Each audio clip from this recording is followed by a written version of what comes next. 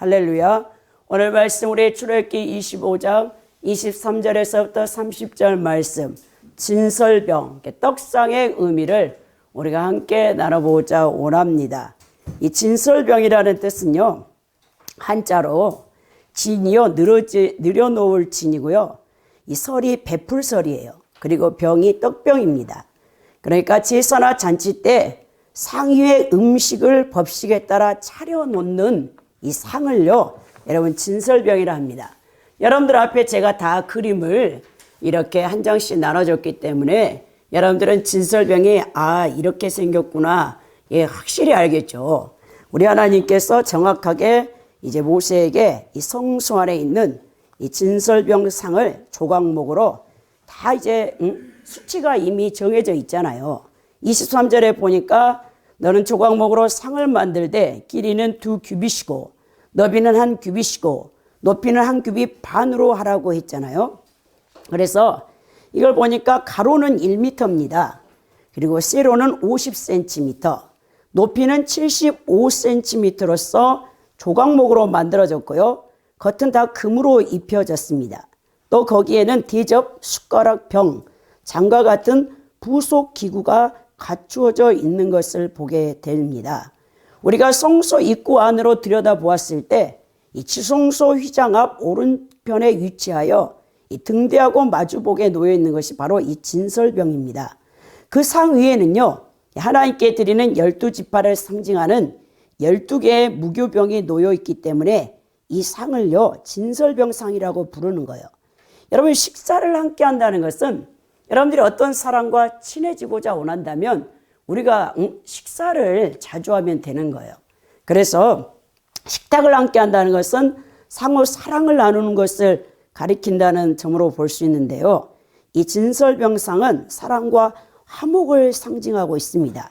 따라서 성막 안에 이 상이 있다는 것은요, 하나님께서 당신의 백성들과 깊은 사랑을 나누시겠다는 의미를 갖고 있습니다. 이 당시에 짐승을 이 가죽을 펴고 땅에 펴고 짐승 가죽을 땅에 펴고 그 위에 음식을 올려놓고 식사하는 이 모습이요, 이 중근동 유대 유목민들의 식사 습관이었습니다.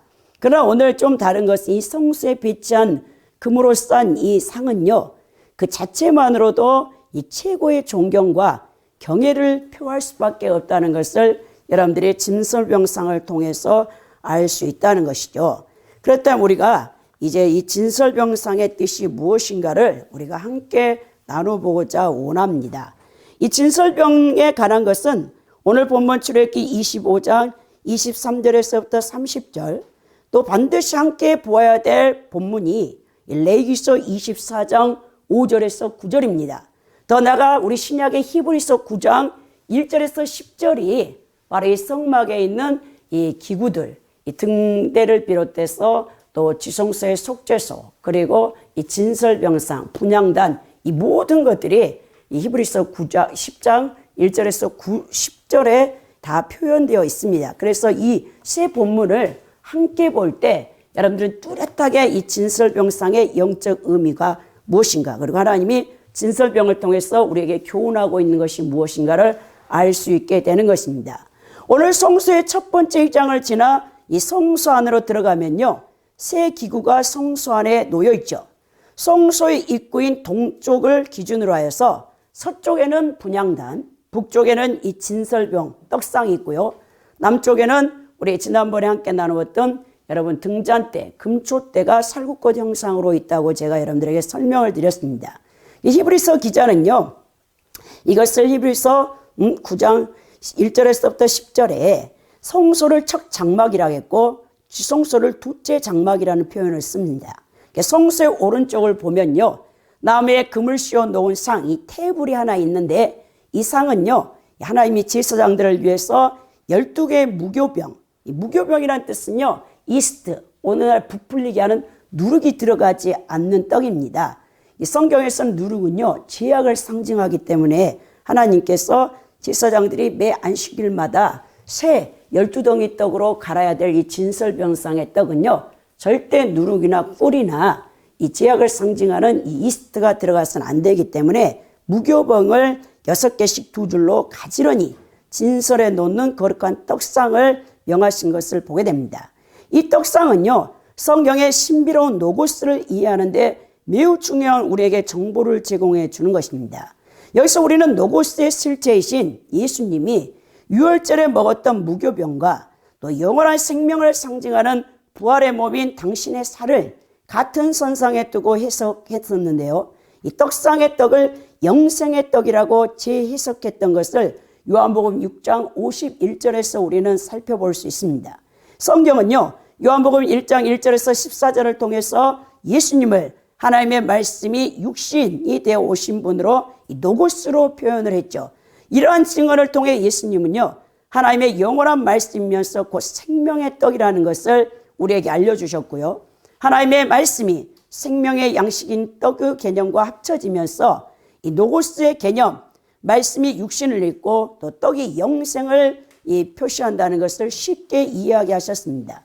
하나님의 말씀이 그리스도 안에서 영원한 생명의 양식이 되는 것, 바로 떡상이 말하는 이 노고스의 개념입니다. 구약시대는요, 선택된 제사장들만이 이 거룩한 식탁에서 진설된 떡을 먹는 특권을 누렸고요. 신약시대는요, 구원받은 이 성도, 바로 왕같은 제사장이요, 만인 제사장설이잖아요. 그래서 모두가 주님의 성찬에 참여하는 특권을 누리게 되었다는 것을 우리가 알 수 있습니다. 이 거룩한 식탁 위에 놓여있는 이 떡을 힘입어서 바로 예수 그리스도를 상징하거든요. 하나님께로 나아가는 원리를 우리가 함께 나눠보고자 원합니다. 이 떡상의 재료와 모양을요, 우리가 먼저 살펴보면요, 조각목에다 금을 입혔죠. 조각목, 모든 이 성막에 여러분 그 뜰에 있는 번제단부터 시작해서 다 여러분 이 조각목으로 거기에 금을 아니면 동을 입혀서 하나님을 섬기는 기구를 만들었죠. 이 조각목이라는 것은요, 오늘날 우리 산천초목에 있는 아카시아 나무와 같은 씨띠나무로서 이 시나이 반도에는 흔해 빠져 있는 아주 보잘것없는 여러분 그 나무의 하나입니다. 땔감밖에 쓸 수 없는 여러분 그것으로 가구나 뭔가를 만들 수 있는 나무가 아니에요. 이 조각목은 바로요, 우리의 질성, 바로 인간의 이 모습을 상징하고 있는데요. 또한 예수 그리스도께서 우리가 똑같은 인간의 성정을 가지고 100% 인성을 소유하고 계신 분이라는 것을 보여주는 것이 바로 이 조각목의 뜻입니다. 거기다 금을 입혔고요. 저렇게 오늘 25장 23절에 보면 길이가 2규빗이에요. 그러니까 1m입니다. 넓이가 1규빗, 50cm죠. 높이가 1.5규빗, 75cm 크기. 그러니까 제가 여러분들에게 이 히브리어 그 단위 가운데 규빗은 여러분 팔꿈치에서부터 우리 가장 긴 손가락, 이 중지의 끝까지. 그래서 45cm로 보는 성경학자가 있고 50cm로 보는 성경학자가 있기 때문에 저는 50cm로 보아서 1m, 그리고 50cm, 그리고 75cm의 크기의 이 떡상이 이 크기로 다 규격이 정해져 있는 것을 보게 됩니다. 떡상 사면은요, 손바닥 넓이만큼 턱이 있고요. 그 턱 주위에는 금으로 태를 만들어서 떡이 떨어짐을 방지하고 있죠. 그림을 보면 여러분 더 쉽게 이해합니다. 이동하기 편리하도록 금고리 넷을 만들었고요. 들고 가기 쉽게 채를 만들었습니다. 이 떡상은 상다리, 채, 고리, 턱, 떡상, 떡으로 구성되어 있죠. 부속 기구로는요, 대접과 숟가락, 병 붓는 잔, 이 주전자죠. 떡을 먹을 때 목이 마를 수 있으므로 물을 마시기 위해서 만들어졌고요. 이 모든 부속 기구는 정금으로 만들었습니다. 이 떡상을 옮길 때는요, 떡상, 떡, 주전자, 대접을 함께 가져가는데 반드시 청색 보자기, 그리고 홍색 보자기, 해달의 가죽으로 세 겹으로 싸서 이 고앗 자손들이 어깨에 메고 반드시 이 진설병상을 옮겨야 되는 것이죠. 이 떡상의 용도를 살펴보면요, 떡상은 반드시 무교병의 떡을 진설하는데 그 목적이 있습니다. 그래서 상위에 이 진열하기 위해서 설치하는 이 떡이 바로 진설병인데요. 우리 하나님께서 30절에 이 진설병을 두고 항상 내 앞에 있게 할지니라 명하셨죠. 하나님 앞에 항상 이 떡이 있어야 한다는 것은요, 굉장히 중요한 의미를 갖고 있어요. 성경에서 진실로 진실로 너에게 이르노니 믿는 자는 영생을 가졌나니 내가 곧 생명의 떡이니라. 너희 조상들은 광야에서 만나를 먹었어도 죽었거니와 이는 하늘에서 내려오는 떡이니 사람으로 하여금 먹고 죽지 않게 하는 것이니라. 나는 하늘에서 내려온 살아있는 떡이니 사람이 이 떡을 먹으면 영생하리라. 내가 줄 떡은 곧 이 세상의 생명을 위한 내 살이니라 라고 요한복음 6장 47절에서 51절에 예수님께서 바로 생명의 떡이라는 것을 우리에게 말씀하시죠. 말씀이 되어 오신 분, 바로 예수 그리스도를 상징하는 것이 바로 이 진설병상의 떡입니다. 예수님은 바로 하나님의 말씀이죠. 우리가 알아야 할 것은요, 예수님은 그분 자체가 하나님의 말씀이고 믿음으로 사는 우리 모든 성도들은 말씀으로 충만해야 된다는 것이죠. 그래서 항상 여러분들은 이 영혼에 그리고 여러분 심령 안에 여러분 말씀을 간직하고 있어야 여러분들이 범죄하지 않게 된다는 것이죠. 여러분, 그래서 이 무교병의 떡, 이 떡상에 진설된 떡은요, 절대 누룩을 넣지 않고 기름으로 반죽하여서 만들어야 된다는 거예요. 이 누룩은 지혜의 속성을 여러분 상징하고 있습니다. 그래서 갈라디아서 5장 9절에도 바울 사도가 적은 누룩이 온 덩이에 퍼지니라라고 이 지혜를 조심하라고 했죠.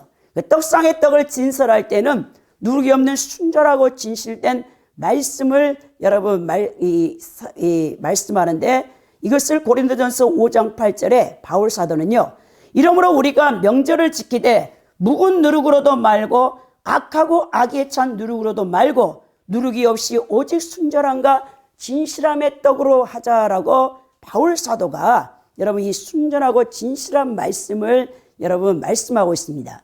이 누룩이 들어가지 않는 순결한 무교병은요, 하나님 앞에 나가는 하나님의 백성은 죄악에서 벗어나 순결해야 함을 보여주는 것이죠. 이것을 레위기서 24장 5절에서 우리에게 보여주는 말씀입니다. 이를 통해 우리는 그리스도의 복음 속에 있는 이 그리스도의 피의 말씀을 힘입어서 이 세상에서 죄악과 구별된 삶을 살게 되어진다는 것, 이 모든 것이 하나님의 은혜임을 우리가 감사해야 된다는 것이죠.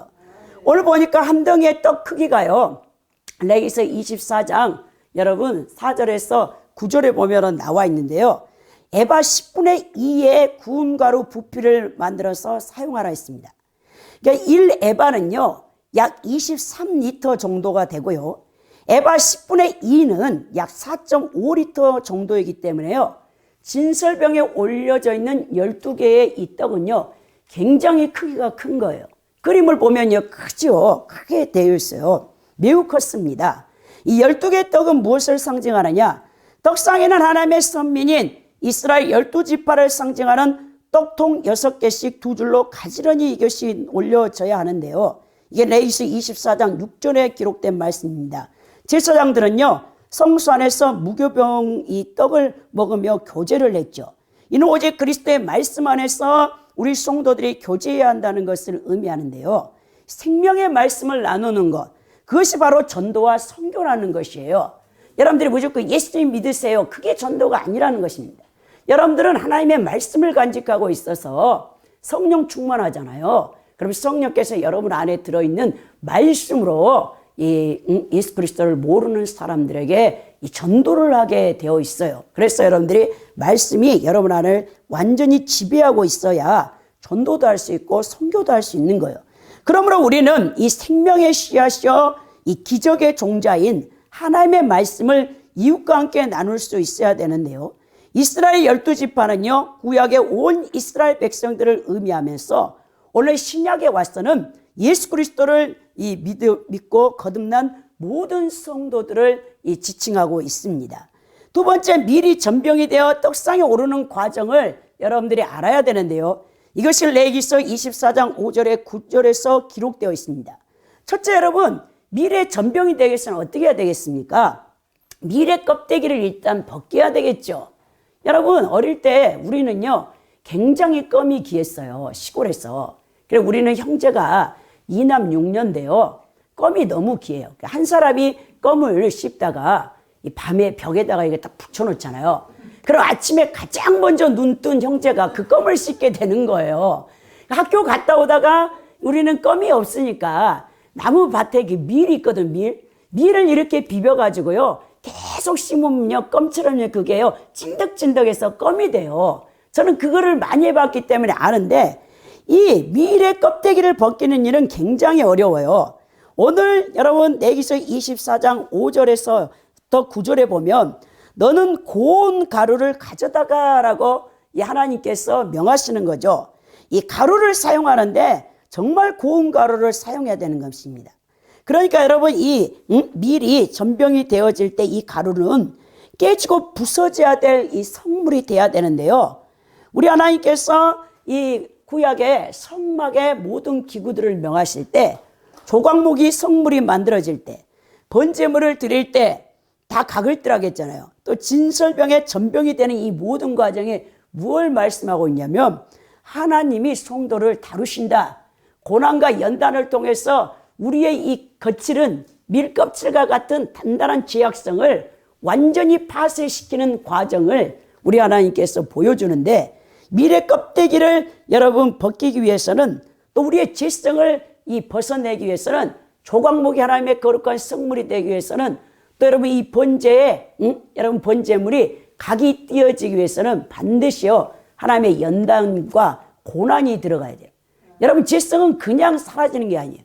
우리 안에 있는 옛사람을 벗어내기가 너무 쉽지 않다는 거예요.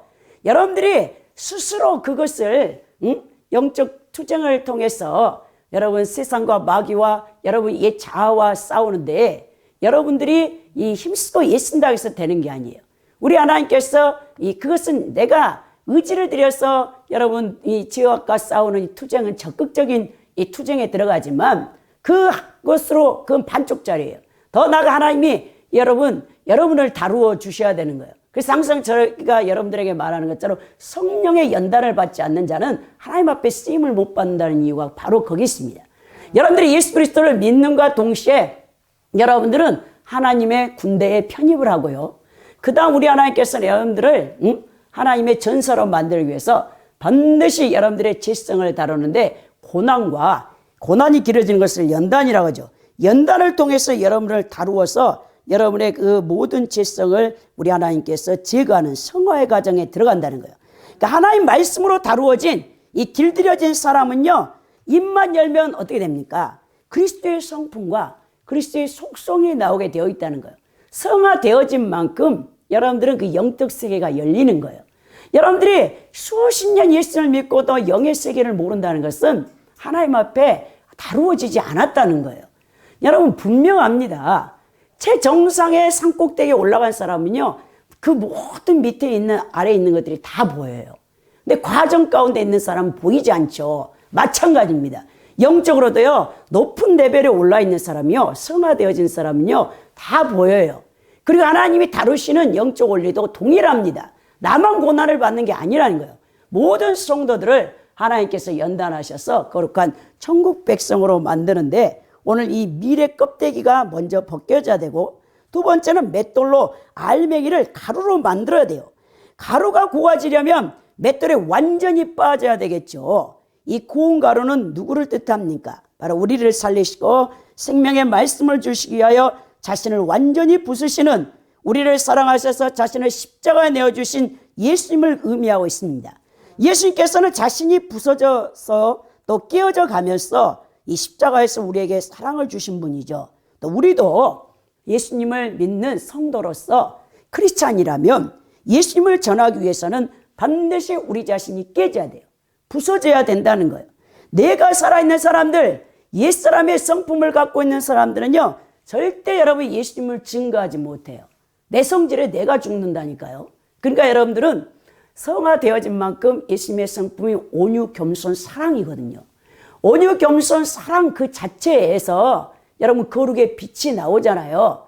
그럼 여러분들이 입을 열어서 예수님 믿으세라고 핏대를 세우지 않아도요, 사람들이요 여러분들을 보면요 그리스도의 향기와 그리스도의 편지와 그리스도의 대사가 되어져서 저 사람은 뭔가가 있어. 그 반드시 당신이 믿는 종교는 무엇이요? 라고 물어요.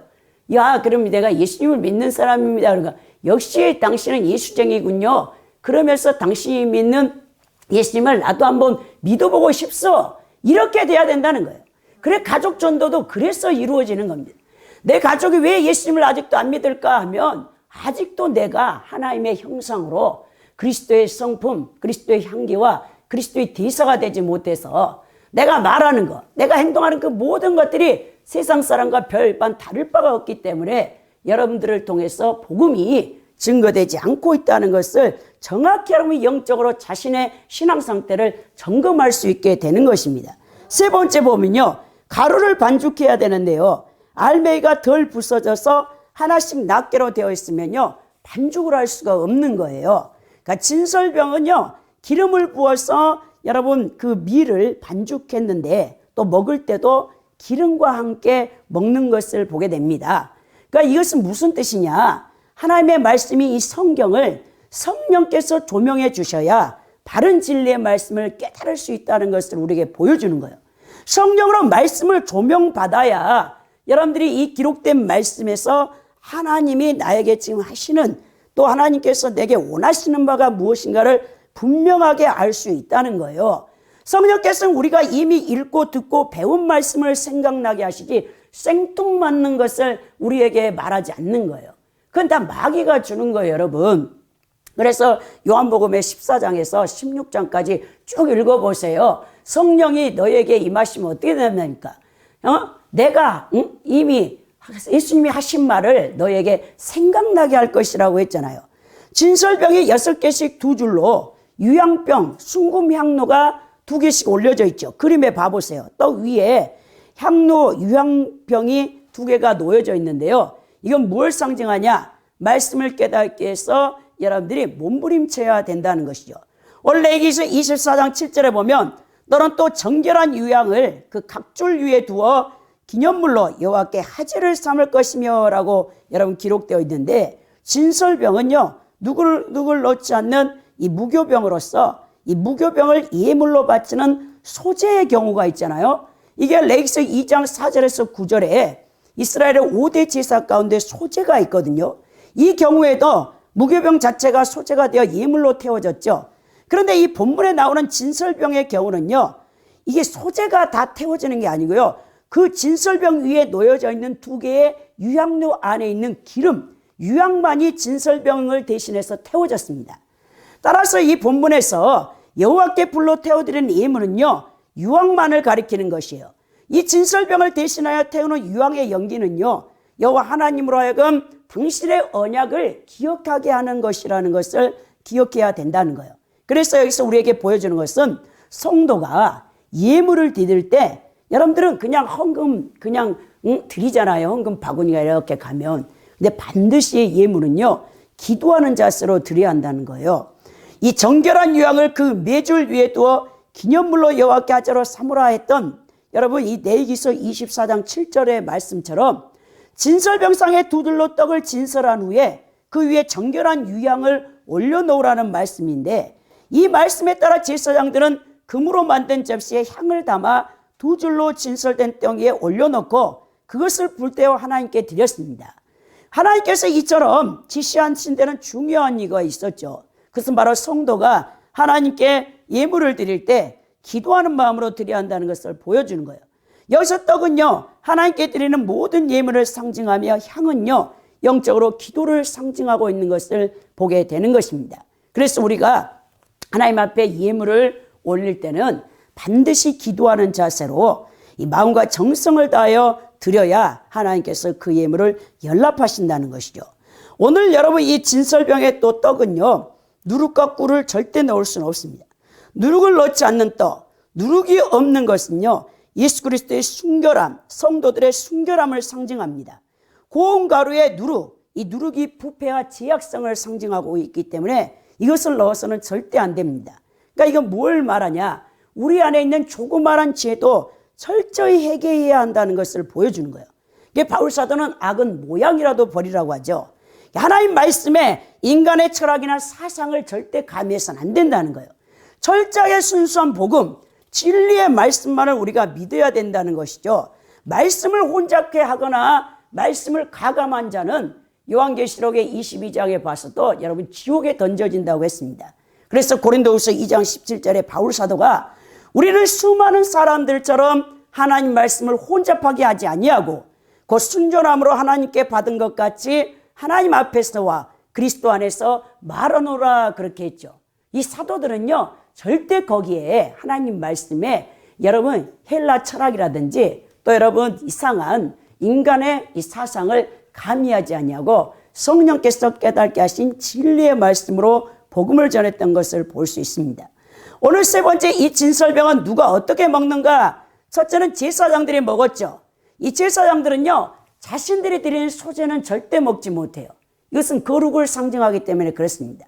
그러나 오늘 여러분 이 매 안식일마다 이 바꾸는 이 진설병 위에 올려져 있는 12 이 떡, 이스라엘을 대표하는 이 떡을요, 제사장들이 먹지요.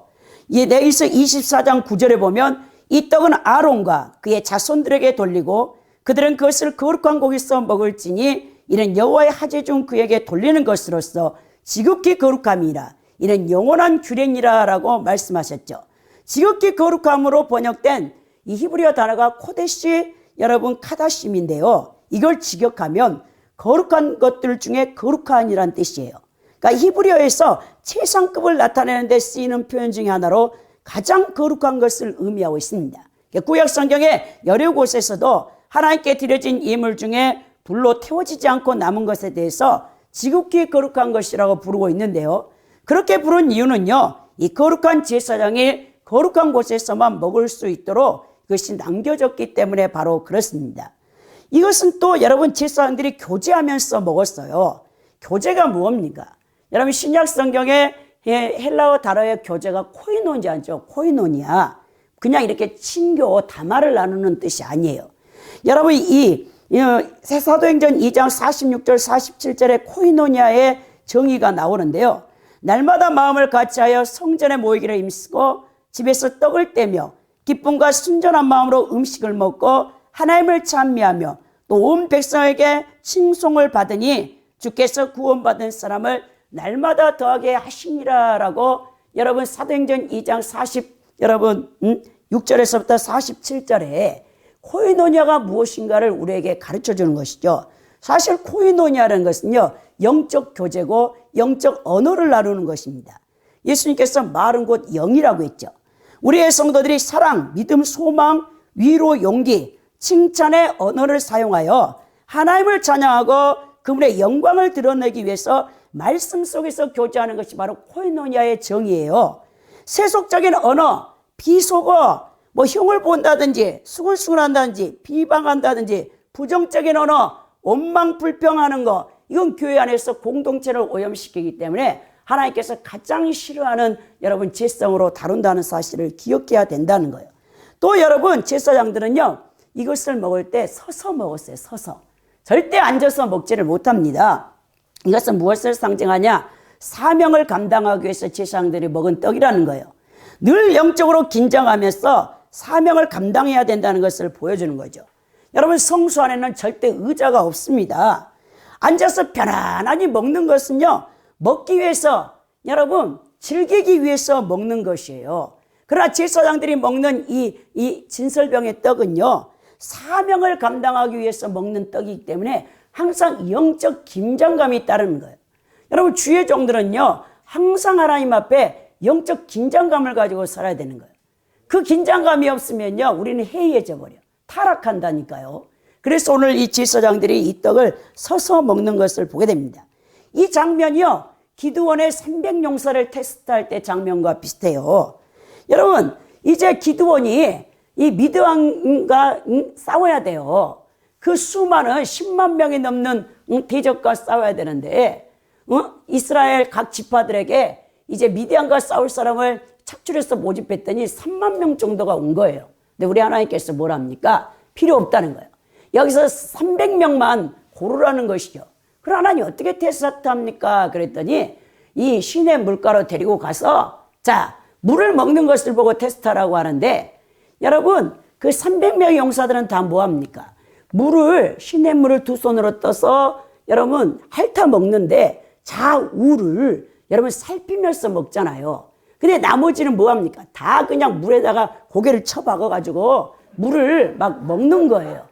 이 300명의 용사들은요, 어디서 적이 나타날지 모르니까 긴장하는 상태에서 그 물을 먹는, 그러니까 사명감 있는 사람의 눈으로 적을 주시하면서 좌우를 살피며 이 물을 마시는 그 장면입니다. 우리 각 사람에게 하나님께서 요구하시는 사명도 마찬가지라는 거예요. 우리 그리스도인들은 사명 감당할 때까지만 이 땅에 살아있는 것입니다. 우리가 먹기 위해서 사는 게 아니에요. 우리 크리스찬들은요, 사명을 감당하기 위해서 먹고 사는 거예요. 그래서 사역에 대한 비전을 가지고 있어야 되는데, 이 사역에 대한 비전은 자기 야망이 아닙니다.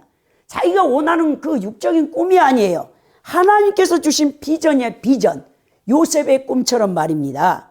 우리가 잠시라도 방심하지 않고 경계하며 언제라도 영적 전투를 할 수 있는 준비 자세를 갖추고 사리사욕에 끌리지 않도록 늘 깨워서 우리의 신앙생활을 해야 될 자세를 우리에게 이 제사장들이 그 진설병을 사서 먹고 기드온의 300명의 용사들이 물을 핥아먹는 것에서 우리가 알 수 있는 것이죠. 더 나아가서요, 등대 앞에서 이걸 먹어야 되는 거예요. 진설병과 등대의 거리는요, 2팔 벌면 이 거리에 닿을 정도로 가까이 있었어요. 이 등대가 등잔대 금초대를 상징하잖아요. 성소는요, 성소는 아예 불빛이었기 때문에 어둡고, 제가 그랬잖아요. 성막에 4개의 덮개가 덮여져 있고 가장 위에는 해달의 가죽, 그 시커먼 물개 가죽이 덮여져 있기 때문에 세상의 빛이나 햇볕은 절대 여러분 성소 안으로, 지성소 안으로 못 들어온다겠죠. 성소를 비춰주는, 그리고 제사장들이 아침 저녁으로 들어가서 등대의 불빛과 불과 등잔을 관리하는 것과 또 매 안식일마다 들어가서 이 진설병의 떡을 가릴 때 어두컴컴하면 여러분 그 일들을 할 수 없잖아요. 등잔대에 불이 비춰주는 거죠. 이 등잔대가 뭡니까? 성령을 상징한다겠죠. 우리 하나님께서 성령을 보내주셔서 성경을 깨닫게 해주셔야 우리가 하나님 말씀을 바로 해석할 수 있다는 것이죠.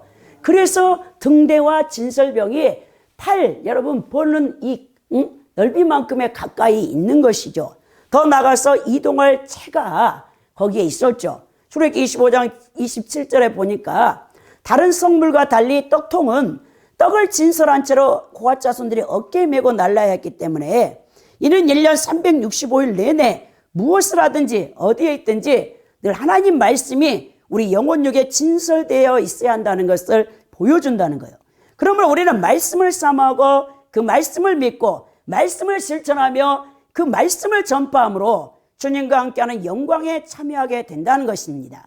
그러니까 하나님 말씀과 동행하는 삶만이 우리가 이 세상에서 구별되고 죄악과 마귀와 나의 옛사람을 이기고 승리할 수 있는 것이죠. 또 이 진설병상은요, 정금판 위에 올려져야 하는 것입니다. 하나님의 말씀을 상징하는 이 떡이요, 반드시 믿음의 영성을 상징하는 정금판 위에 올려져야 한다는 거예요. 하나님의 말씀이 인간의 죄성을 상징하는 조각목 위에 올려진 채 무시되거나 애곡되거나 변질되어서는 안 된다는 거예요. 그러면 우리는 하나님의 아들을 믿는 믿음 안에서 온전한 그리스도의 장성의 믿음의 분량까지 이룰 수 있도록 이 하나님의 생명의 떡, 하나님의 말씀을 먹고 그 말씀을 삶으로 살아내야 되는 것이죠. 그래야 우리가 영적 성숙을 이루고 성숙한 천국 백성이 되는 것이죠. 여러분 오늘 믿음 없이 성경을 봐보십시오. 자유주의 신학자들의 무엇이 문제입니까? 이들은 이성을 하나님 자리에 올려놓고 여러분 자기의 이성에 맞지 않는 성경은요 사실 기적의 책이에요. 기적의 책. 창세기부터 계시록까지 우리 또 예수님의 사복음서를 보세요. 보리떡 5개와 물고기 여러분 2마리로 장정막 5,000명을 먹이고 그 베스다 광야에서, 그리고 부녀자 아이들까지 2만 명을 먹이고 12광주리를 남겼다는 것이 여러분 이성에는 그게 믿어집니까? 안 믿어지잖아요. 그러니까 자유주의 신학자들은 모든 기적을 다 빼버려. 홍해 바다가 갈라졌다니까 그거는 거짓말이야. 거기에 홍해라는 곳에는 그 빨간 갈대가 있어가지고 햇볕에 비치니까 그냥 이 무릎밖에 차지 않는 그냥 그 물길을 건너갔는데 햇볕을 보니까 그게 붉은 바다같이 보여서 홍해라고 하는 거야. 이런 식으로 다 난도질해버려.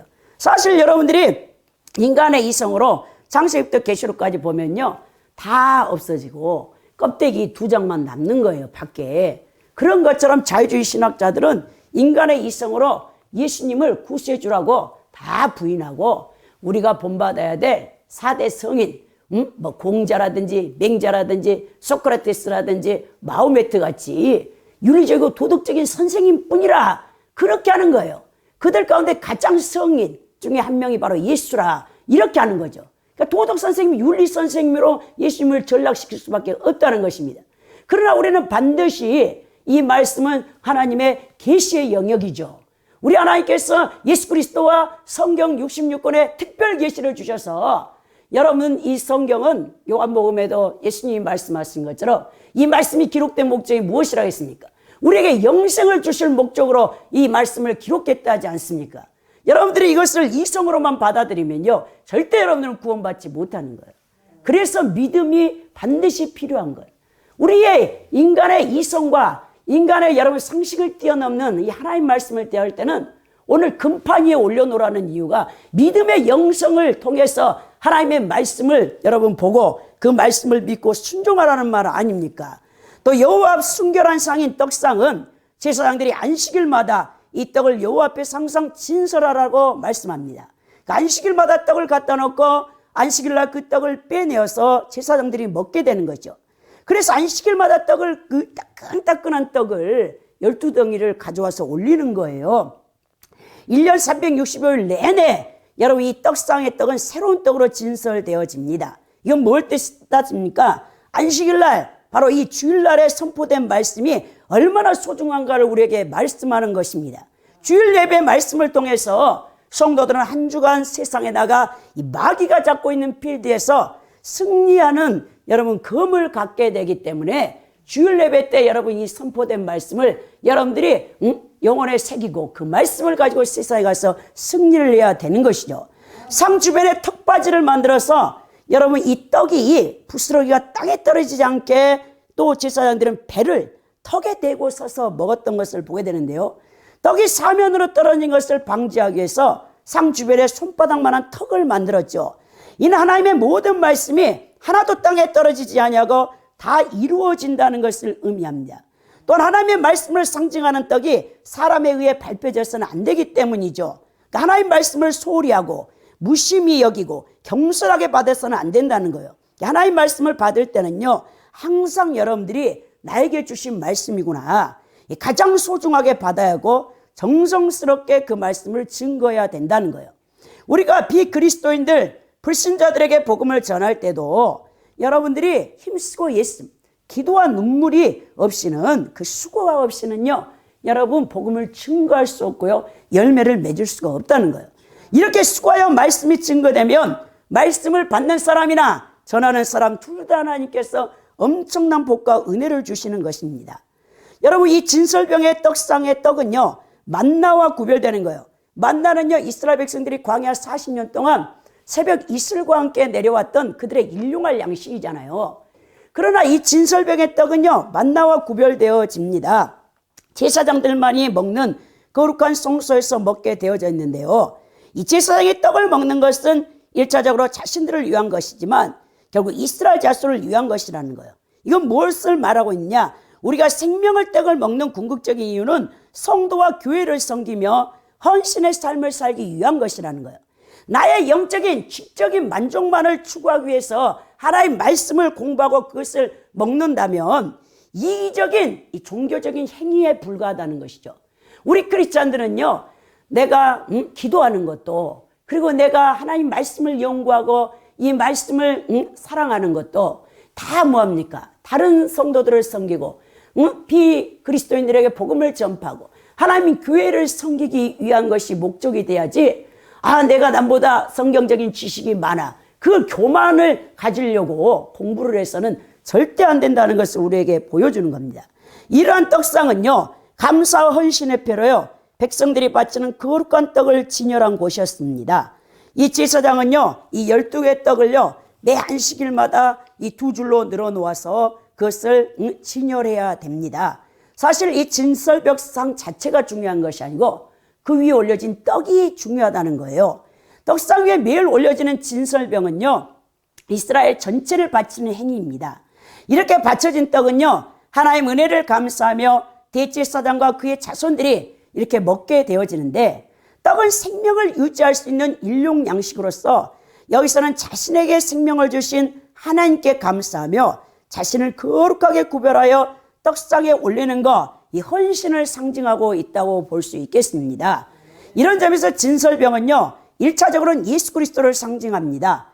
왜냐하면 예수님은 인류의 죄를 대속하기 위해 자신의 생명을 바쳤으며 또한 당신을 의뢰하는 모든 성도들에게 영원한 생명을 제공하시기 때문에 그렇습니다. 그러나 더 나아가서 이 떡상은 성도들이 하나님 말씀에 대한 자세와 태도를 가르쳐주고 있어요. 그러니까 신앙생활은 주님의 말씀을 듣고 순종하는 것, 그것이 바로 올바른 신앙생활이라는 거죠. 지금 이 시간도 주님은요, 우리에게 각자에게 말씀하고 계신다는 것이죠. 오늘 여러분 이 진설병의 영적 교훈을 살펴보면요, 첫째는요, 하나님은 우리에게 영적 육적 생명의 모든 필요를 공급해 주시는 분이라는 사실을 여러분들이 기억해야 된다는 것입니다.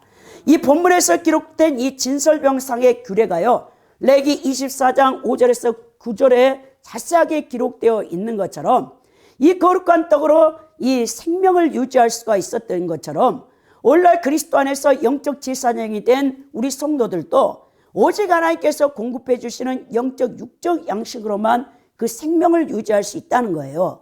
우리 그리스도인은요, 하나님으로부터 생명에 필요한 모든 영적 육적 자양분을 제공받는 사람들입니다. 하나님께서는 영원한 생명의 양식 대신 예수 그리스도를 우리의 대속물로 내어주심으로 우리의 죄를 대속하셨고, 또 누구든지 예수를 믿는 자마다 영생을 얻게 하였을 뿐만 아니라 모든 믿는 자에게 성령을 보내주심으로 그 성령의 역사하신 가운데서 하나님과 교제하며 영적인 양식을 계속 공급받을 수 있도록 우리를 축복하고 계신다는 것이죠. 우리가 단지 영적으로 뿐만 아니라 육적으로도 하나님은 풍성한 삶을 우리에게 주시기를 원하십니다. 이처럼 우리는 이 땅에 살아가면서 필요한 영적 육적 양식을 모두 하나님으로부터 공급받고 있는 거예요. 우리가 여러분 호흡하고 있는 것도 온전히 하나님의 은혜라는 것이죠. 그러나 오늘 많은 기독교인들이요, 자신에게 이 하나님의 생명이 유지되며 일용할 양식을 얻는 것을 자기의 힘으로, 자기의 능으로 되는 줄 알고 착각하며 사는 이 교회 다니는 사람들이 너무나 많다는 것이 오늘 우리에게 마음을 아프게 하는 일이죠. 우리는요, 하나님께 우리의 몸과 이 마음을 온전히 들여서 헌신해야 된다는 거예요. 생명의 떡인 예수 그리스도를 여러분들이 먹고 마심으로 영생을 얻기 때문에 바울이 고린도서 6장 19절에서 20절에 너희는 너희 것이 아니라 값으로 산 것이 되었으니 그런즉 너희 몸을 하나님께 영광을 돌리라고 하지 않았습니까? 여러분, 우리가 하나님의 소유이기 때문에 우리 자신의 뜻대로 함부로 살아서는 안 되고요, 오직 우리의 모든 삶의 초점은요, 하나님의 영광에 맞춰져 있어야 된다는 거예요. 그러므로 성도 여러분, 우리는 결코 우리 자신을 위하여 우리 자신의 뜻대로 살아가는 자들이 되어서는 안 됩니다. 온전히 하나님만을 위하여 사는 자들이 되어야 된다는 것이죠. 하나님의 영광을 위해서라면 우리의 가진 모든 것, 심지어 생명까지라도 아낌없이 하나님 앞에 내어드릴 수 있는 자들이 되어야 된다는 것이죠. 제가 인천에 신방을 갔다 오다가 그 서울역의 지하철에 유리문에 멋진 글을 하나 봤어요. 유한진이란 분이 시민 당선자이더라고, 공모 당선자. 이런 글이에요. 들꽃 언덕에서 유한진. 들꽃 언덕에서 알았다. 값비싼 하초는 사람이 키우고 값없는 들꽃은 하나님이 키우는 것을. 그래서 들꽃 향기는 하늘의 향기인 것을. 그래서 하늘의 눈금과 땅의 눈금은 언제나 다르고 달라야 한다는 것도 들꽃 언덕에서 알았다. 이 식구를 딱 보고 생각나는 게 뭡니까? 마태복음 6장이죠. 여러분, 예수님께서 주기도문을 가르쳐 주시고 너희는 먼저 그 나라와 그를 구하라. 그러면 이 모든 것을 너에게 더하시리라. 마태복음 6장 33절을 말씀하시기 전에 우리 하나님께서 공중의 새를 보라. 심지도 않고 거두지도 않고 창고에 모아 들이지도 아니하되 너희 하늘 아버지께서 기르시나니 너희는 이것들보다 귀하지 아니하냐. 너희 중에 누가 염려함으로 길을 한 자라도 더할 수 있겠느냐. 또 너희가 어찌 의복을 위하여 염려하느냐. 들의 백합화가 어떻게 자라는가 생각하여 보라. 수고도 아니하고 길쌈도 아니하느니라. 그러나 내가 너희에게 말하노니 솔로몬의 모든 영광으로 입은 것이 이 꽃 하나만 갖지 못하였느니라. 오늘 있다가 내일 아궁에 던져지는 들풀도 하나님께서 이렇게 입히시거든 하물며 너희일까 보냐. 믿음이 적은 자들아, 그러므로 염려하여 무엇을 먹을까, 무엇을 마실까, 무엇을 입을까 염려하지 말라. 이는 다 이방인들이 구하는 것이라. 너희 하늘 아버지께서는 이 모든 것이 너에게 있어야 할 줄을 아시느니라. 그런즉 너희는 먼저 그 나라와 그를 구하라. 그리하면 이 모든 것을 너에게 더하시리라. 우리 하나님께서요, 여러분들의 영적, 육적 필요를 다 알고 계신다는 거예요. 그 여러분들이 천국 가는 그날까지 여러분들에게 그것을 여호와 이레로 다 예비해 놓으셨다는 거예요. 근데 여러분들이 믿음이 없기 때문에 늘 무엇을 먹을까 마실까 이방인들처럼 하나님 아버지가 없는 고아처럼 살고 있다는 것이 문제라는 거예요. 저는요, 내가 매일 기쁘게 신라함 안경점을 하고 있는 유한진 장로님의 간증을 들었어요. 야, 이번 간증 들으니까 정말 우리 하나님 살아계시고 그 전능하신 능력을 우리가 어떻게 다 머리로 헤아릴 수 있겠는가 이런 생각을 했는데요. 이분은 여러분 6.25 전쟁 때 아버지가 제주도로 이제 군 복무를 가셔가지고 제대를 빨리 하고 싶어 했는데 어머니가 이제 할아버지한테 큰 제사를 받아갖고 그 땅을 팔아가지고 아버지를 제대시키려고 했는데 사기꾼에게 사기를 당해가지고 전부 그 땅을 다 뺏긴 거예요. 그래가지고 아버지가 너무 다른 자기와 함께 다 군대 갔던 사람은 돈 쓰지도 않고 빨리 제대에 나왔는데 아버지가 그렇게 돈을 쓰고도 늦게 나오니까 막 와서 어머니를 때리려 굿하는 거예요. 경북 예천이 고향인데 그래가지고 완전히 가난한 가운데 살고 아버지가 그때부터 의처증 걸려가지고 엄마를 때리고 막 그러면서 3일이 멀다 하고 엄마를 여러분 두드는 거죠. 폭력을 행사하는 거죠. 그런 가운데 아버지가 알코올 중독자가 돼가지고 하혈을 하면서 아무 일도 하지 못하니까 그때 초등학교 3학년 다니다가 그 동네의 가장 부잣집 양반집에 머슴으로 이 유한진 장로님이 들어간 거예요. 다른 친구들은 다 여러분 초등학교 다녀서 공부를 할 때 그 부잣집 머슴으로 가서 거기서 하루 종일 망태에 여러분 지게는 짊어질 나이가 못 되니까 11살짜리가 여러분 속골을 뜯어다가 겨우 밥만 먹고 그 일을 하고 사는 거예요. 머슴으로. 그래 어느 날 또 풀을 잔뜩 소 여물을 뜯어오는데 할머니가 밖에서 자기를 대문 밖에서 기다리고 있더니 막 울면서 하는 말에 네가 전생에 무슨 죄가 있어서 이렇게 다른 아이들은 다 학교를 다니는데 너는 나머지 머슴으로 사느냐 하면서 우시면서 그 동네 제 너머에 침례교가 생겼다는 거예요. 미국 선교사님들이 요한복음 쪽복음을 주니까 할머니가 까막눈이잖아요. 글을 못 읽으니까 생각나는 게 손주여서 달려와가지고 손주에게 그놈을 가지고 와서 교회 가면 글을 가르쳐 준단다. 가서 한글을 배워라. 그래가지고 할머니 말에 그걸 가지고 갔더니 그 경북 예천 여러분 그 사람들 양반가 유명하잖아요. 절대로 그 문중에서 법을 만들기를 그 서양 종교 그 예수 믿는 것은 다 못 가게 막아놔서 그 여자아이들 가난한 여자아이들 주일학교 3명과 유한진 장로님 11살짜리 그 4명 주일학생들이 거기서 여러분 공부를 하고 주일학교 선생님이 하는 말이 그 당시에 12살 때 태산을 넘어 헝곡에 가도 그 찬양을 가르쳐줬다는 거예요. 그러면서 하는 말이 자살하면 절대로 천국을 못 간다. 지옥 간다. 천국은 금으로 돼 있다. 아, 금으로 돼 있다는 말에 머슴으로 사는데 밥만 얻어먹고 사는데 아, 천국은 금으로 돼 있구나. 12살 때 자살하려다가 주일학교 선생님이 아, 그래 자살하면 지옥 가고 금으로 된 천국에 못 간다 했지 절대 자살을 안 해야 되겠다. 그래서 그렇게 머슴으로 살다가 16살 때 새벽 4시 그 시외버스 타고 여러분 이 서울의 동대문 옆에 있는 을지로 거기 시외버스 터미널이 있었나 봐요. 거기에 도착해가지고 아무도 없는 거예요. 연고자도. 너무 먹고 살기 가난하니까 서울에 와서 돈 벌러 왔더니 16살짜리가 뭘 하겠습니까? 그래가지고 그 서울역에 노숙 생활을 봄에 그때 3월에 왔는데 그 전국체전이 있었나 봐요. 그 해에. 근데 그 가을에 너무 추우니까 그 서울에서 녹자 62년도에 노숙자 1호라고 하더라고. 그 유한진 장로님이 자칭. 그래가지고 도저히 못 살겠으니까 비누 이렇게 연필 같은 거 행상팔이 하다가 얼어 죽게 생겨서 다시 시골로 내려갔다는 거예요. 그리고 그 이듬해 봄에 다시 올라와서 그때부터 이제 뭐 일을 했는데, 이 여동생들이 둘이가 있고 장남이잖아요. 집안의 이 가정을 다 책임져야 되는 거예요. 그 어린 나이에. 아버지는 알코올 중독자고 어머니만 두드러 패는 그런 폭력적인 사람이기 때문에. 근데 여동생들 다 뭡니까 식모살이로 다 보내려고 할 때 자기가 둘째 여동생 여러분 손을 잡고 초등학교 입학했대요. 근데 그 여동생이 이제 초등학교 6년을 졸업하고 중학교를 들어가야 되는데 올사금, 지금이야 무상교육이잖아요. 우리 완전히 고등학교 다 무상교육이죠. 예전에 학교 다니는 분 알지만 올사금 못 내요. 선생님 불러다가 야단치고 또 안 그러면 학교에서 쫓겨나가잖아요. 그 여동생 때문에 할 수 없이 중학교를 가야 되기 때문에 그 여동생이 너무나 똑똑하니까 그 강원도의 탄강촌에 16살에 들어가서 21살까지 군에 입대 제대하기까지 군 복무하라고 그 올 때까지 거기서 그 여동생의 학비를 그렇게 댔다더라고.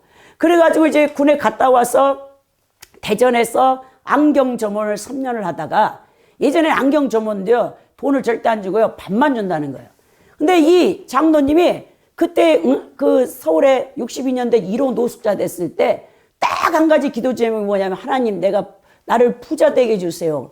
우리 후손들에게는 가난을 물려주지 않게 해주세요. 그 기도를 했다는 거예요.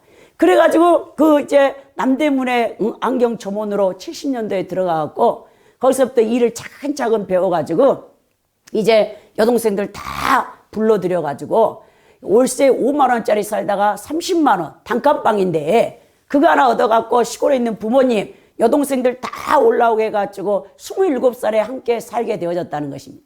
이 여동생들과 함께 자취하면서 그 당시에 74년 12월 달에 90만 원을 모았대. 90만 원. 그래 이제 안경점을 알아보니까 여러분 그 남대문이 원래 상가가 세잖아요. 그러니까 50만 원에 안경 보증금을 걸고 안경점을, 그리고 40만 원 리모델링 하니까 돈이 없어요.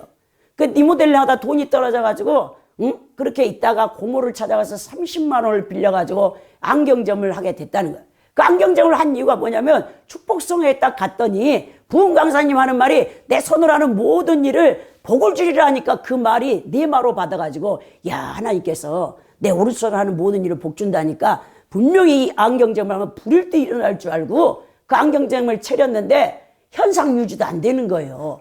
너무 노이로제 걸리게다가 빚쟁이들이 막 빚내놓으라고 쫓아오지. 이렇게 해가지고는요 그 노이로제 강박관 공포증에 걸려가지고 병원에 입원해요. 몸무게가 45kg까지 빠져가지고 완전히 사람이 시체가 된 거예요. 그런 가운데 하나님 앞에 울면서 기도하는데, 하나님 왜 나에게 이런 시련을 주십니까? 그러면서 이 장로님이 노숙자였을 때부터 부자 된 비결이 뭐냐? 교회에서 그러니까 11조 하래 11조. 그러니까 그때부터 11조를 한 번도 안 빼먹었대요. 예전에는요 돈으로 싹을 안 준대. 일하면 보리쌀 한 대를 주는데 그 보리쌀을 팔아다가 돈으로 만들어갖고 11조 생활을 하시는데, 지금도 이 장로님은요 11조 생활 안 한 사람은요 정말 형편없는, 아무리 입술로 믿음 좋다 해도 그 사람은 크리스찬으로 보지 않는다고 하시더라고요. 그러면서 그분이 그렇게 하니까 다시 우리 하나님께서 그에게 평강을 주더라는 거예요. 원래 내가 붙잡고 있을 때는요 하나님 개입하지 않는다는 거예요. 너무너무 힘들었는데 자기가 놓고 나니까 영혼의 평안이 오고, 울고 나니까 마음이 시원해지고 다시 안경점을 시작하니까 우리 하나님이 축복을 엄청 하셔갖고 집도 사고 잘 살게 됐다는 거예요. 근데 이게 문제는 뭡니까? 79년 여러분 9월 달에 추석 전에요, 놀랍게도 여러분 거기 여러분들은 아실지 모르겠어요. 그 불이 났대요. 남대문 상가에. 다 타버렸어. 다 타버렸어. 장로님의 안경점 다 타버렸어. 그래가지고 하나님 울면서 이 장로님이 어떻게 안주합니까? 우리 같으면 원망불평하는데 자기 전 재산 다 털어보니까 딱 67만 원 있대요. 67만 원 하나님 앞에 다 올려버린 겁니다. 하나님 이제 내 인생 책임지세요. 원래 나는 노숙자였고 16살 때 왔을 때 아무것도 없고 그랬기 때문에 지금도 안경제마다 다 타졌지만 하나님이 알아서 하세요 하니까 우리 하나님이 얼마나 기쁘신지 개입을 하실 거 아닙니까? 이 불 나기 전에 한 달 전인가 다른 그 옆집에 안경점 하는 사장님이 아이고 윤 사장 하면서 우리 동서가 이번에 보험회사에 취직을 하게 됐는데 좀 우리 동서 실적 좀 올리게 보험 좀 들어줘 했다는 거예요. 그래서 보험을 하나 들어줬대요. 그랬더니 세상에 그때 박정희 대통령이 이제 방송에서 전소됐잖아요. 지금 남대문 시장이 다 타버려 전기 누전으로. 그래가지고 청와대에서 발표가 나니까 보험회사에서 찾아가지고 너나 나라 막 돈을 주는데요. 장로님한테 1,100만 원을 줬다. 1,100만 원을. 그러니까 너무 신나가지고 강남에 그때 땅이 엄청 허접한 땅들이 많은데 야 내가 강남에다가 땅을 사야 되겠다. 앞으로 땅을 사야 부자가 될 거야. 그런데 3일간 기도하는데 어느 땅을 살까 했더니 예수님이 하는 말이 너 그 땅 살라 하지 말고 너 안경점 그거 다 탔지 않니? 그거 다 예상으로 가져와가지고 너 그렇게 했는데 각 공장에 돌아다니면서 전국에 돌아다니면서 빚부터 갚으라는 거예요. 그래가지고 하나님 정말 애누리가 없구나. 그래 그 돈 1,100만 원 갖고 가서 다 빚을 갚으니까 아니 막 그 안경 그 공장의 사장님들이 아니 다 불났는데 아니 윤 사장만 우리한테 빚을 갚으러 오니 우리가 어떻게 다 받을 수 있냐고 그러면서 다 절반으로 해주고 장부를 다 찢었다는 거예요.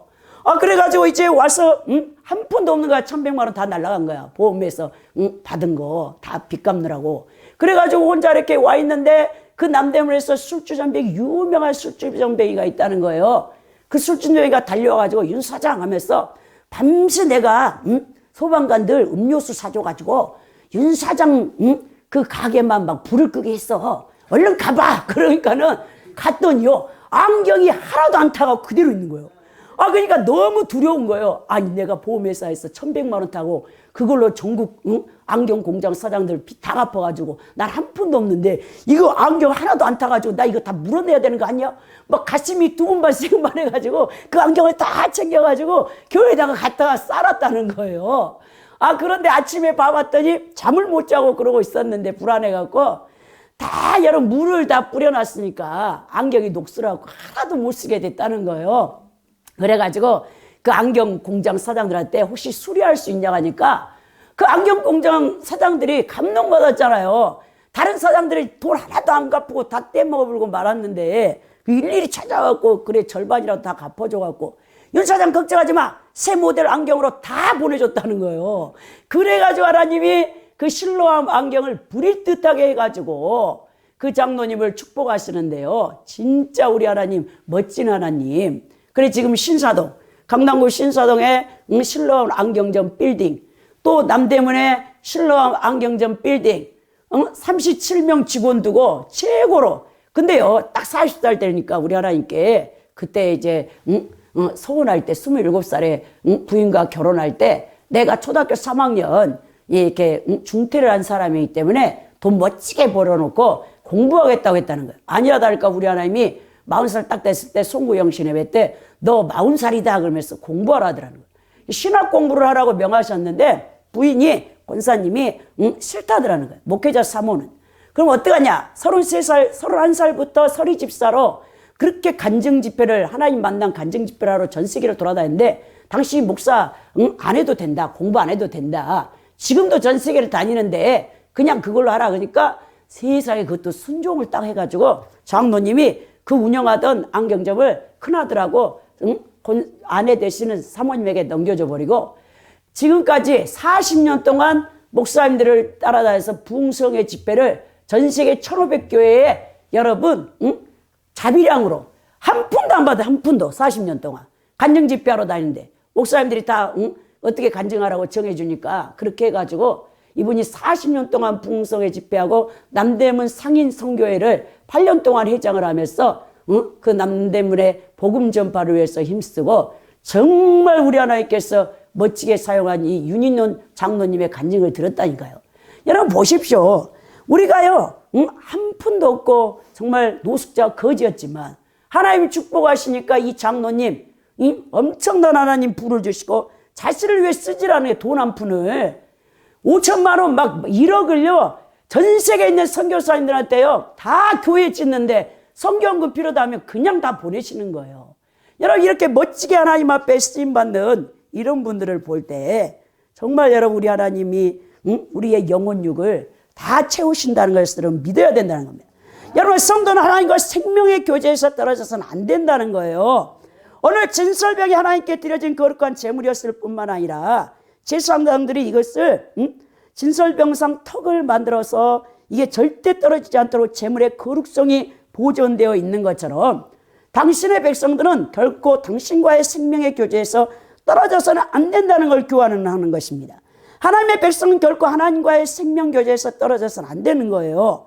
만약 성도가 하나님과의 교제에서 떨어진다면 그는 하나님께 공급해 주시는 영의 양식을 공급받지 못하게 됨으로써 더 이상 영적 생명을 유지할 수 없다는 것입니다. 이것을 예수님이 요한복음 15장에 포도나무와 포도가지의 비유를 통해서 우리에게 분명하게 말씀하시는 것이죠.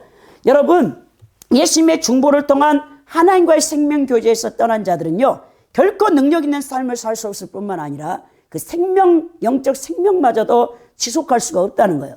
그러므로 성도가 풍성한 생명을 누리기 위해서는 반드시 하나님과의 지속적인 교제가 있어야 되고요. 이 교제는요, 하나님 말씀 묵상과 기도를 통해서 가능하다는 거예요. 우리가 예수님과의 참된 교제 가운데 있는 한 우리가 원하는 모든 것을 우리 하나님께서 요한복음 15장 7절에서 반드시 이루어진다고 했습니다.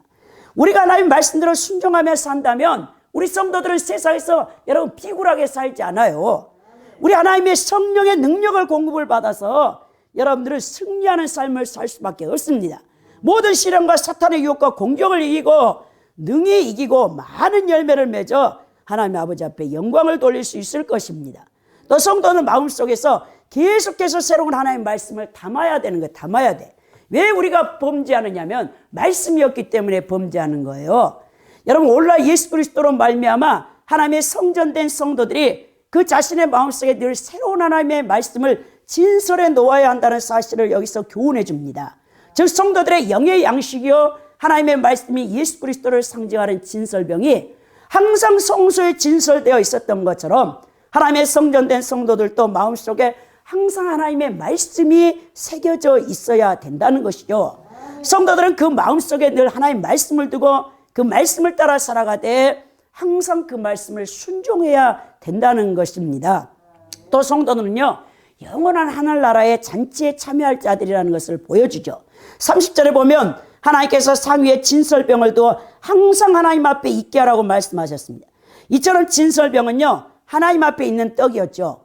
이 떡이 제사장들이 먹었는데 이 제사장들이 여러분 누굽니까? 바로 영적인 여러분 왕 같은 제사장인 신약의 성도들을 상징하고 있는 거 아닙니까?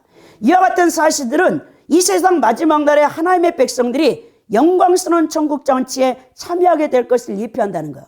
즉 하나님께서는 모든 하나님의 백성들이 당신과 더불어 먹고 마시며 즐거워하는 영광스러운 천국 잔치에 참여하게 될 것을 보여주는 것입니다. 그렇습니다, 여러분.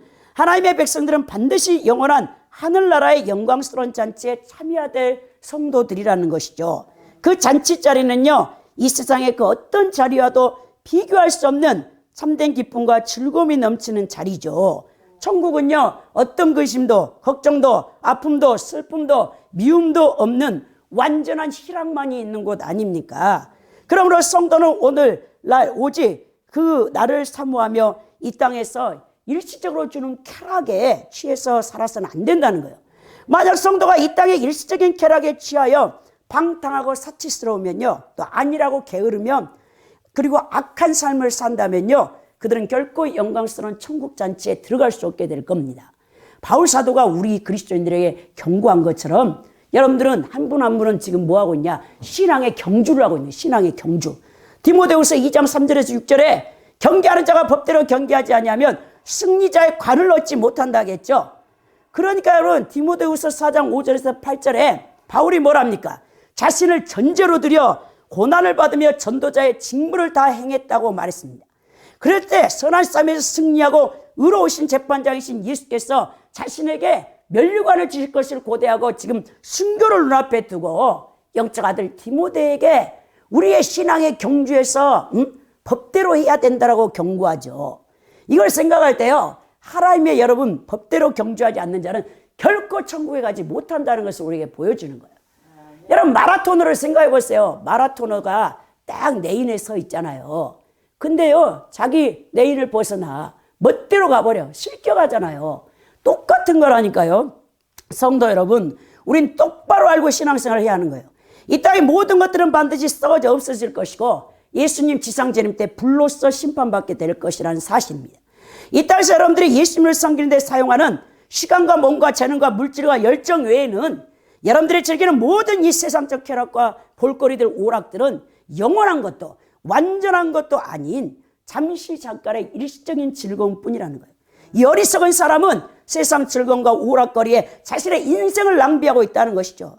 그러므로 이제 여러분들은 세상에서 얻고 즐거워했던 모든 것들로부터 돌아서서 예수 그리스도를 섬기며 예수 그리스도를 전하며 주님의 영광을 위하여 자신을 헌신하는 참된 신앙의 사람들이 되어야 될 것입니다. 그리할 때 이 세상 마지막 날 육체의 장막을 벗는 순간 여러분의 손으로 짓지 아니한 영원한 장막인 천국에 넉넉히 입성하게 될 것입니다.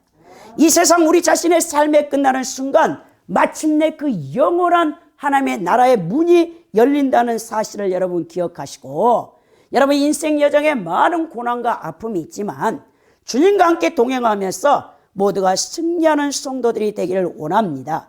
여러분들이 천국에 입성하여 앉게 될 그 존귀하고 영광스러운 자리를 간절히 소망하며 하루하루의 삶을 헛되게 낭비하지 말고 하나님을 예배하는 거룩한 자들이 되어야 될 것입니다. 그래서 유인원 장로님, 그 실로한 안경점 장로님 뭐랍니까? 인생은 단 한 번뿐인데 내가 주를 위해서 살다 가야 되지 않겠습니까? 하고 아내 되시는 사모님과 서로 여러분 전 세계 선교사님들에게 선교원금을 보내가지고 교회를 세우려고 그 면류관과 상급을 바라보고 두 분이 질주를 하고 있다라고 하는 거예요. 여러분 어디까지 지금 신앙 경주를 하고 있습니까? 어떤 사람은 방학을 해버려. 또 어떤 사람은 실격해버려. 지금 달려가야 되는데 여러분 마라톤은요 옆 좌우 볼 필요가 없어요. 자기 앞만 보고 가는 거예요. 아이고 교회 안에서 저 성도가 어때? 저 집사는 어때? 말할 필요 없어요. 내가 헌신하면 되는 거예요. 주님 앞에서 주님이 나를 인정하면 되는 것입니다. 여러분들이 정말 올 한 해 또 정말 이 진설병을 통해서 하나님의 말씀을 간직하고 이 세상에서 지금 영적 경주를 하고 있다는 것을 기억하시고 모두가 승리하여 천국에 갔을 때 우리 주님 앞에 멸관과 상급을 받고 가장 합당한 자리에 앉을 수 있기를 예수 그리스도의 이름으로 축원드립니다.